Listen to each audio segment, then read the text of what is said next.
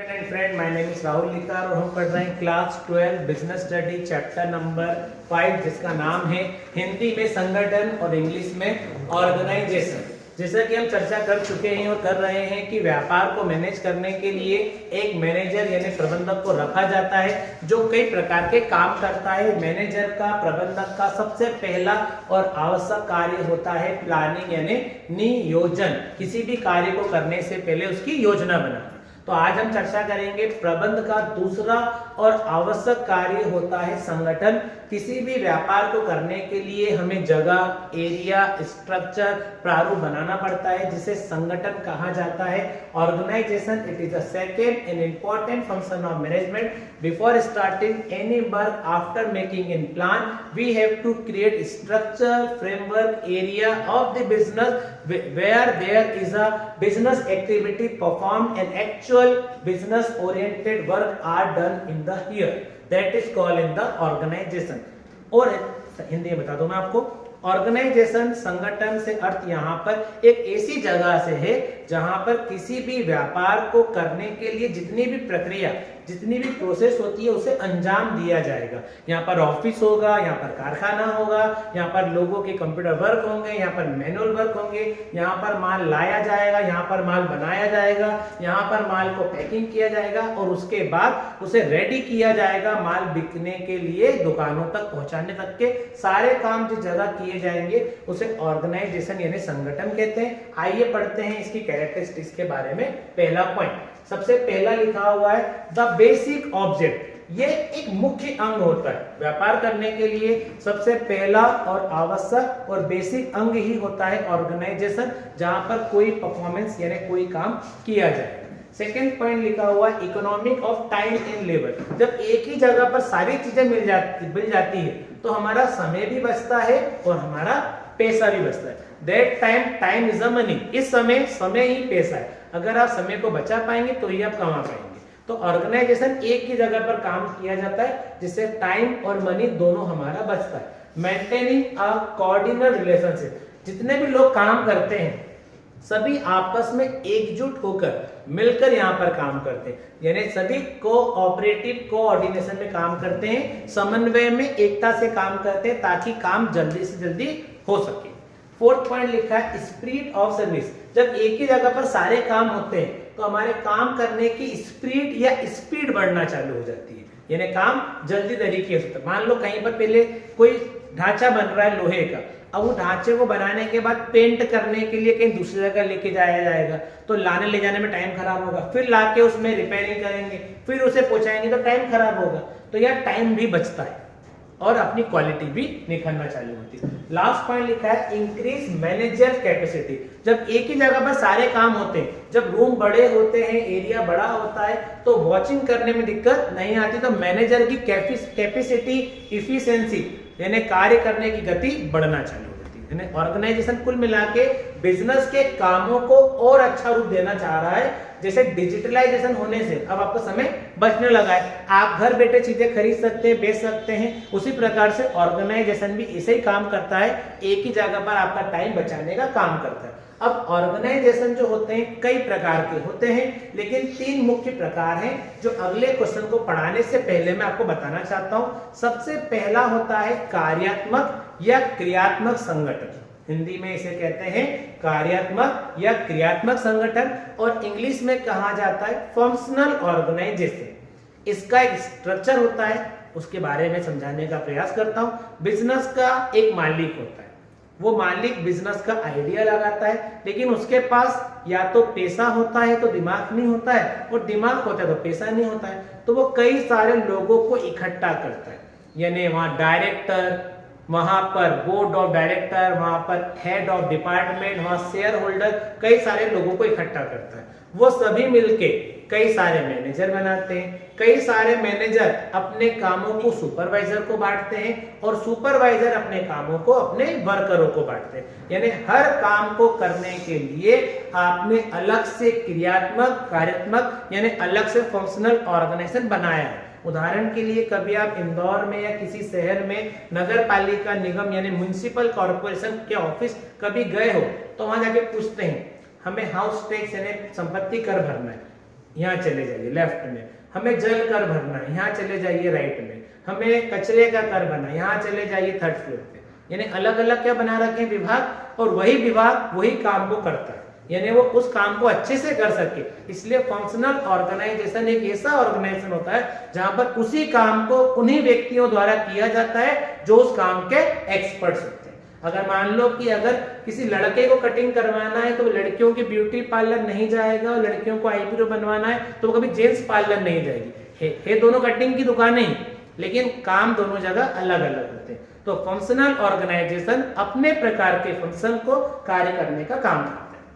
आइए पढ़ते हैं इसके बारे में क्या लिखा हुआ है, इसके एडवांटेज होते क्या, फायदे क्या होता है। सबसे पहला अ मेजर एक्टिविटी, यहाँ पर वही काम किया जाता है जो उनके लायक है, इसलिए मेजर एक्टिविटी का काम करता है। मेजर का मतलब बड़ा काम करता है, ठीक है। इफेक्टिव कंट्रोल, जब एक ही व्यक्ति काम करता है या एक ही डिपार्टमेंट एक ही चीज पर काम करता है तो वो काम को अच्छे तरीके से, प्रभावशाली तरीके से कर पाता है, इसीलिए इसे इफेक्टिव कंट्रोल, प्रभावी नियंत्रण कहा जाता है। थर्ड पॉइंट लिखा है डायरेक्ट कांटेक्ट, एक ही काम कर रहे हैं तो जितने भी लोग हैं अपने आप से डायरेक्ट कांटेक्ट कर पाएंगे, प्रत्यक्ष रूप से आपसे मिल पाएंगे और प्रत्यक्ष रूप से अपनी समस्या बता पाएंगे।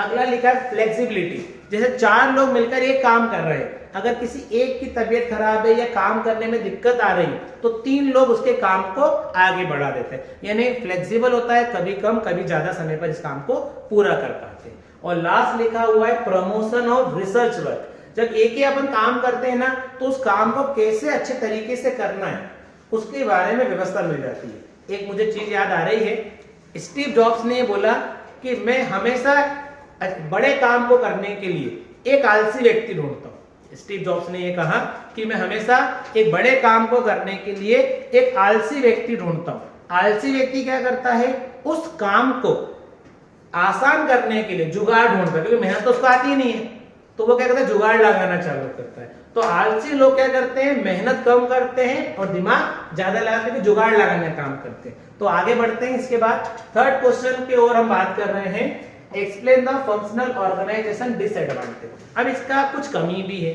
कमी क्या है, ये अपने काम को ही कर पाते हैं, दूसरे वर्ग को नहीं कर पाते।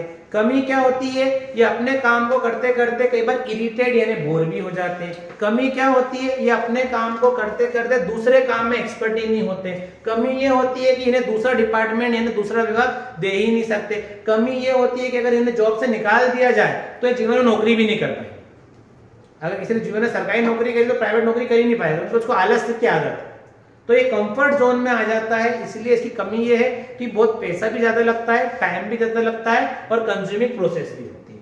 फोर्थ क्वेश्चन में हम बात करेंगे कि 2 प्रकार की और ऑर्गेनाइजेशन होती है। फंक्शनल ऑर्गेनाइजेशन तो अपना काम करती है, एक ऐसी ऑर्गेनाइजेशन जहां पर नियम बने, एक ऐसी ऑर्गेनाइजेशन जहां नियम बने हैं, केवल नियमों को अपनाना है। उदाहरण के लिए स्कूल, उदाहरण के लिए बैंक, जहां पर रूल्स बने हैं केवल आपको फॉलो करना है। तो ऐसी ऑर्गेनाइजेशन को हिंदी में औपचारिक संगठन और इंग्लिश में फॉर्मल ऑर्गेनाइजेशन कहते हैं, जहां पर रूल्स, रेगुलेशंस, पॉलिसी सब बनी है, केवल आप उसको अपनाना है। जैसे स्कूल के नियम, बैंक के नियम आपको केवल फॉलो करना है, आप कुछ चेंज कर सकते हो क्या? ऐसी ऑर्गेनाइजेशन को कहा जाता है फॉर्मल ऑर्गेनाइजेशन। लेकिन कोचिंग क्लासेस, कॉर्पोरेट सोसाइटी या उसके अलावा छोटे मोटे क्लिनिक, साड़ी कपड़ों की दुकानें, किराने की दुकानें, यहाँ पर अपने हिसाब से नियम कम ज्यादा होते हैं। कोचिंग वाले कभी बुला लेते हैं, कभी 1 घंटे, कभी आधे घंटे, कभी 4 घंटे बुला लेंगे, संडे बुला लेंगे। वो बैंक से काम ही नहीं करते कि टाइम पे बुलाएं। कभी भी किराने की दुकान खोल ली, कभी किराने की दुकान बंद कर दी। साड़ी का सीजन है तो सुबह 6 बजे दुकान खोल के बैठ जाएंगे, नहीं है तो 12 का दुकान नहीं खोलेंगे। तो ऐसे जगह नियम जो बदलते रहते हैं उसे इनफॉर्मल ऑर्गेनाइजेशन यानी अनौपचारिक संगठन कहते हैं। फॉर्मल जहां पर नियम बने हैं केवल अपनाना है, औपचारिक जहां पर नियम नहीं है जिसे नियम अपने हिसाब से बनाए गए हैं, अनौपचारिक यानी इनफॉर्मल। अब इसके बारे में पूछा गया है, इसके फायदे और नुकसान के बारे में। फॉर्मल ऑर्गेनाइजेशन एक ही प्रकार का काम करती है। फॉर्मल ऑर्गेनाइजेशन में रूल्स बने होते हैं, फॉर्मल ऑर्गेनाइजेशन में पेमेंट फिक्स होता है, फॉर्मल ऑर्गेनाइजेशन में टाइम फिक्स होता है, फॉर्मल ऑर्गेनाइजेशन के अंदर आपको समय पर जाना है, समय पर आना है, टाइम पर पैसा मिलेगा, फिक्स अमाउंट मिलेगी, फिक्स ड्यूरेशन में मिलेगा। लेकिन इनफॉर्मल में ऐसा नहीं होता। यहाँ पर टाइम से ज्यादा भी काम करना पड़ता है, कम भी करना पड़ता है, पैसा ज्यादा भी मिलता है, कम भी मिलता है, कई बार नहीं भी मिलता है, कई बार ओवर हो जाता है। तो यहाँ पर इनके फायदे नुकसान दोनों के सरकमटेंस चलते रहेंगे, एक का फायदा तो दूसरे का नुकसान, और पहले का नुकसान तो दूसरे का फायदा। देखते हैं आगे क्वेश्चन पे क्या है। फिफ्थ में लिखा हुआ है describe the decentralise delegation of authority और डिसेंट्रलाइजेशन।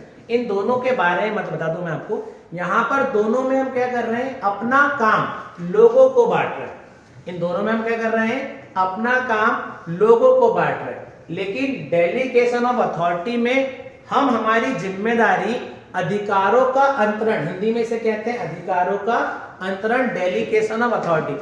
हमारे अधिकार जब हम किसी दूसरे को देते हैं, हमारे राइट्स, हमारी ड्यूटीज जब हम अपने सब ऑर्डिनेटर्स को देते हैं, अपने नीचे काम करने वाले लोगों को देते हैं, तो उसे कहा जाता है डेलीगेशन ऑफ अथॉरिटी, अधिकारों का अंतरण। लेकिन डिसेंट्रलाइजेशन, विकेंद्रीकरण का मतलब होता है जब टॉप लेवल, जब उच्च स्तर अपने कार्य मध्य स्तर मिडिल लेवल को दे, जब मिडिल लेवल मध्य स्तर अपने काम लो लेवल को दे, यानी यहाँ पर अप टू डाउन हो रहा है, ऊपर से कहां आ रहा है, नीचे की ओर, इसे विकेंद्रीकरण यानी डिसेंट्रलाइजेशन कहा जाता है। जब आप इसका डिफरेंस पढ़ेंगे तो इसके बारे में और चर्चा कर पाएंगे। नेक्स्ट क्वेश्चन की ओर आगे आते हैं। अब इनमें डिफरेंस लिखा हुआ है, डेलीगेशन ऑफ अथॉरिटी और डिसेंट्रलाइजेशन। डेलीगेशन ऑफ अथॉरिटी में काम बांटा जाता है, लेकिन डिसेंट्रलाइजेशन में काम बांटा टॉप से मिडिल पर जाता है। डेलीगेशन ऑफ अथॉरिटी कहीं पर भी हो सकती है, लेकिन डिसेंट्रलाइजेशन केवल कंपनी और फर्म में ही होता है। डेलीगेशन ऑफ अथॉरिटी का रूप छोटा होता है, लेकिन डिसेंट्रलाइजेशन का रूप काफी बड़ा होता है। डेलीगेशन ऑफ अथॉरिटी में वर्क फिक्स नहीं होता है, लेकिन डिसेंट्रलाइजेशन में सारे वर्क पहले से फिक्स होते हैं। ठीक है, इसके बारे में और चर्चा करने के लिए बता सकते हैं कि किसी कंपनी में कई सारे मैनेजर्स हैं। अब मैनेजर को क्या काम करना है उन्हें पहले से पता है, इसे डिसेंट्रलाइजेशन कहेंगे। लेकिन वर्करों को आज क्या काम करना है, कल क्या काम करना है, परसों क्या काम करना है, उन्हें पता, जो बताएंगे वही काम करेंगे, तो उसे कहते हैं डेलीगेशन ऑफ अथॉरिटी। यानी delegation of authority bar bar change हो सकती है, लेकिन डिसेंट्रलाइजेशन एक बार फिक्स होने के बाद कभी भी चेंज नहीं होता है। ठीक है, ये टॉपिक खत्म होता है, मिलेंगे नेक्स्ट टॉपिक में। जब तक के लिए thank you so much and bye. Okay.